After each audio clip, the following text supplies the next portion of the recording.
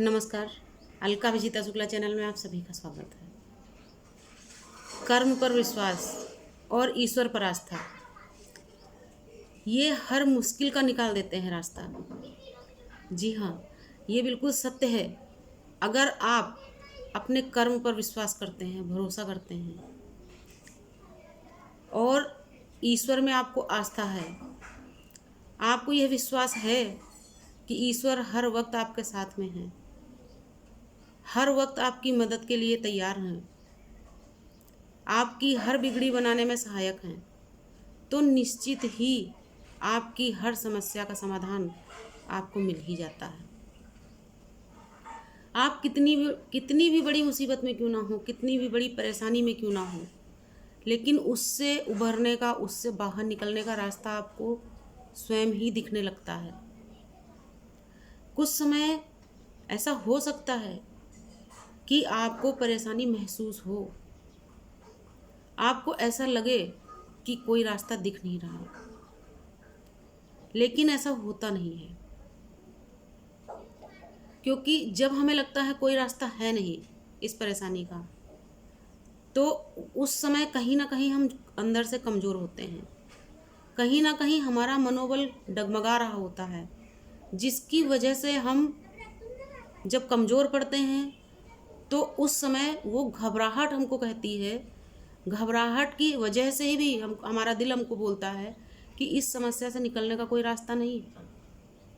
लेकिन जैसे ही हम अपने आप को संभालते हैं और हम अपने दिमाग में इस सोच को गहराई तक बिठा देते हैं कि नहीं, हम अपना कर्म करेंगे, हम अपना कार्य करेंगे और भगवान हमारी मदद जरूर करेंगे, तो जैसे ही आपके अंदर ये सोच घुस जाती है, आपके रास्ते स्वयं तैयार होने लगते हैं।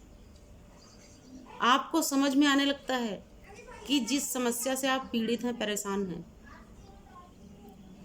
वहाँ पर कारण क्या रहे जिनकी वजह से वो समस्याएं सामने आई, और समाधान क्या है, रास्ते क्या हैं जिन पर चल करके हम इन समस्याओं से बाहर जा सकते हैं।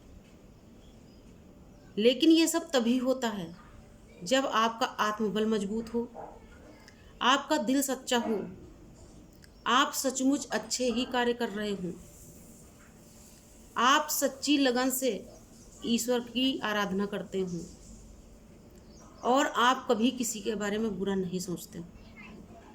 तभी ऐसा होता है कि ईश्वर आपकी मदद करते हैं, आपकी हर समस्या का समाधान निकालते हैं और आपको उन समस्याओं से उबरने का रास्ता दिखाते हैं। लेकिन जो लोग किसी का बुरा करने के बाद सोचते हैं कि भगवान उनकी मदद कर दें, भगवान कभी उनकी मदद नहीं करते। अक्सर ये भी कहते हुए सुना जाता है कि देखो, हम इतने अच्छे कर्म करते हैं, सही रास्ते पे चलते हैं, लेकिन फिर भी हम दुखी हैं। बहुत से लोग ऐसा कहते हैं। और दूसरे लोग जो बुरे कर्म करते हैं वो सुखी हैं, खुश हैं, लेकिन सच में ऐसा होता नहीं। क्योंकि जो व्यक्ति अच्छे कार्य करता है, जो व्यक्ति कभी किसी का बुरा नहीं करता, जिसने कभी किसी का कुछ चुराया नहीं है, उसको किसी चीज़ का भय नहीं होता। क्योंकि उसका मन साफ होता है, उसको ये भय नहीं होता है कि मैंने उसका बुरा कर दिया तो कल ऐसा ना हो मेरे साथ कुछ बुरा हो जाए। उसको ये भय नहीं होता कि मैंने किसी की चीज़ चुरा ली है, ऐसा ना हो मेरे घर में पुलिस आ जाए, मुझे पकड़ के ले जाए। और ये भय उसको इसलिए नहीं होता क्योंकि वो सच्चा होता है। लेकिन जो व्यक्ति, देखने में जो लोग आपको बहुत खुश और सुखी दिखाई पड़ते हैं, वो अंदर ही अंदर भय से घिरे होते हैं। उनके अंदर हर वक्त ये भय उनको खाता रहता है, मैंने किसी का सामान चुराया है, ऐसा ना हो घर में पुलिस आ जाए, या किसी ने देखा हो तो मेरी शिकायत कर दे।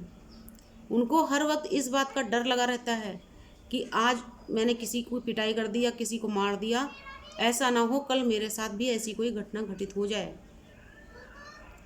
तो वो सिर्फ देखने में ही सुखी लगते हैं। कोई भी यदि बुरे कृत्य करता है तो निश्चित ही उसको उसका भुगतान भी करना पड़ता है, बस थोड़ा समय होता है। और सच्चे इंसान जो होते हैं, भले ही उनके जीवन में कठिनाइयाँ थोड़ा लंबे समय तक रहें, लेकिन परिणाम उन्हीं के सुखद निकलते हैं। क्योंकि हमारे वेदों में, हमारे धार्मिक ग्रंथों में और हमारी आध्यात्मिक पुस्तकों में स्पष्ट लिखा हुआ है कि भगवान सच्चे लोगों की ही परीक्षा ज़्यादा लेते हैं। क्योंकि जब भी सच्चे लोगों से कोई गलती होने वाली होती है तो भगवान वहीं पर उनके जीवन में कुछ कठिनाइयाँ, कुछ समस्याएं पैदा कर देते हैं ताकि वो गलत रास्ते पर ना जाने पाएँ और वहीं से वो अपना मार्ग बदल दें और जैसे वो सतमार्ग पे चल रहे थे उसी तरीके से सतमार्ग पर ही वो चलते रहें। क्योंकि सच्चे लोगों से भगवान बहुत प्रेम करते हैं। यही रीज़न होता है कि सच्चे लोगों का जीवन थोड़ा सा कठिन होता है लेकिन अंततः वो सुखद होता है। अगर आपको वीडियो अच्छी लगी हो तो लाइक और शेयर कर दीजिएगा। नमस्कार, धन्यवाद।